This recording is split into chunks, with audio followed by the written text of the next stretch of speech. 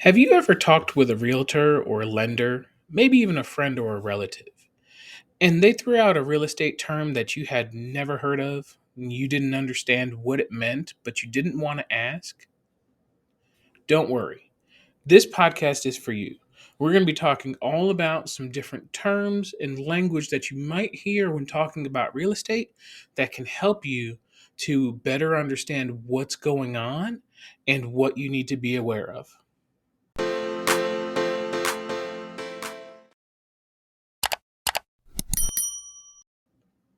So thank you everybody for tuning in to the Realty Podcast with Tony Griffin, Keller Williams 1, Greensboro, North Carolina, Kim Mathis and Associates. And today I'm titling this podcast Know the Lingo. This is all about different terms that you can expect to hear during a real estate purchase or a sale that you may or may not already be familiar with. So I'm just going to start off with something that a lot of people hear about, and you may or may not know what it means credit score. So keep in mind your credit score. It can be anywhere from 350 to 850 points, and you can also have no credit. But basically, all a credit score is it helps to determine your ability to get financing when buying a home. The ability for a bank to lend you the money so you can get the house you want. Next up, mortgage rate. So, mortgage rates are something that we hear quite a bit, especially now as rates continue to change a little bit. All a mortgage rate is the percentage interest that you can expect to pay on a home that you are getting a loan for. And it may be a fixed interest rate, it may be an adjustable interest rate, but that number is going to affect your total monthly payment. Pre-approval. So a pre-approval or pre-approval letter, all that means is that you have spoken with the lender and they have verified some of the information that you've told them. So maybe you told them that you make $100,000 a year and you've actually given them pay stubs and W-2s to show that. They've probably already checked your credit history and have checked to see if you have any other debts or assets that need to be factored in to your ability to purchase a home. So, a pre approval letter, especially here in the Greensboro area, is very, very important because this is what's going to give you the most leverage when you're out in the home buying process. Submitting an offer without a pre approval letter is very difficult to get a solid yes without them expecting you to do some additional steps. This shows that not only do you have the desire to buy the home, but it also shows that you have the ability to buy the home, and that's what makes a pre-approval letter so important. Is it shows your ability to actually purchase the home that you're looking at. Now, another term that you've probably heard is appraisal. So, appraisal that is a evaluation of the property's value at any given point. So, appraisals are normally ordered by your lender once you're under contract on a home, and they're going to compare it to other like kind and quality homes that have recently sold in the area. So, it doesn't quite matter what a property is listed for or even what the number is while it's under contract. They're looking specifically for closed properties with similar square feet, similar number of bedrooms and bathrooms, similar yard size and lot size, and within a relatively close location.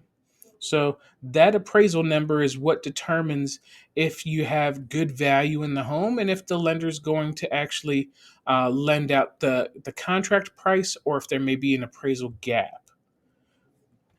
So another thing that goes along with that is affordability. So affordability just means what you can afford to purchase the home for.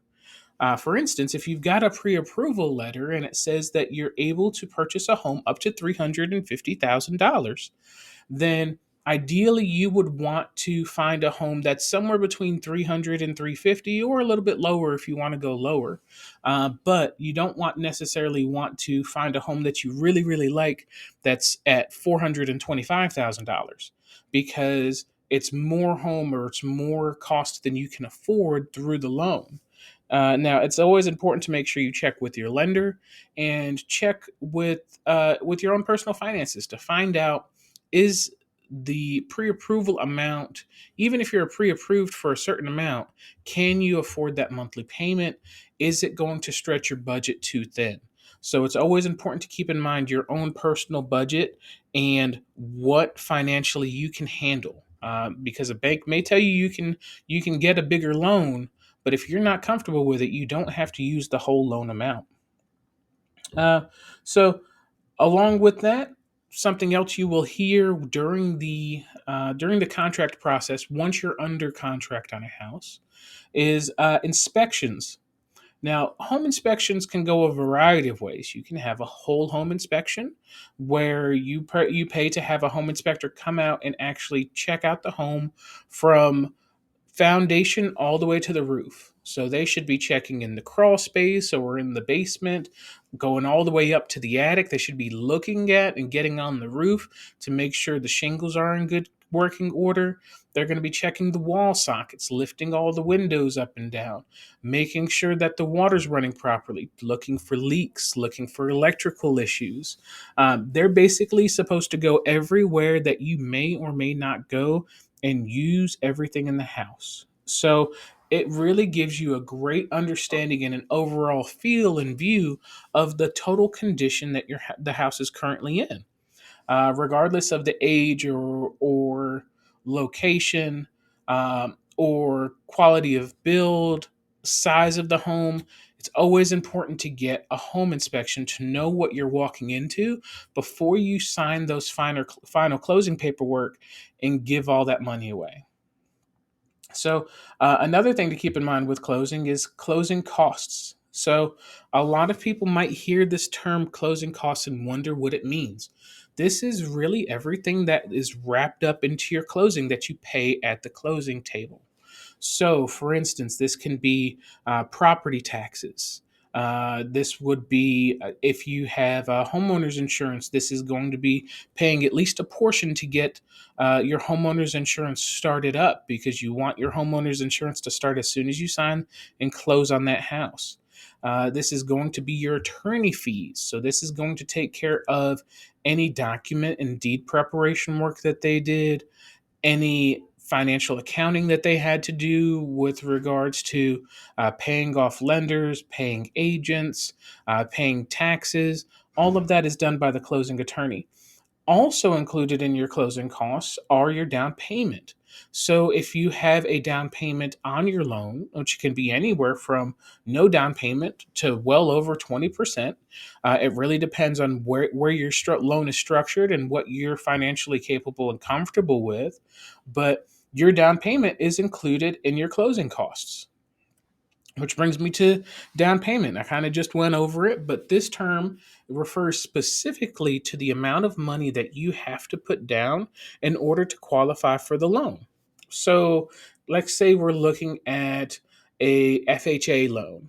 FHA loans are normally as low as 3.5% down. So that means if you got a loan on a $100,000 house, $3,500 would be your down payment, and that would be a portion of your closing costs. So it's always important to keep some of these terms in mind.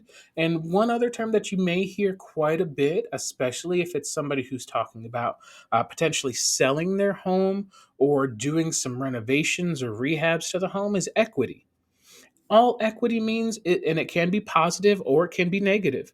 All equity means is the value of your home versus how much you owe on it. So, for instance, if you have a home that's valued at $300,000 and you owe $150,000, that means you've got $150,000 positive equity, which is fantastic spot to be in. It means that you've got over 50% or about 50% of the value of the property is positive. So if you sold today, you could walk away with a $150,000 check.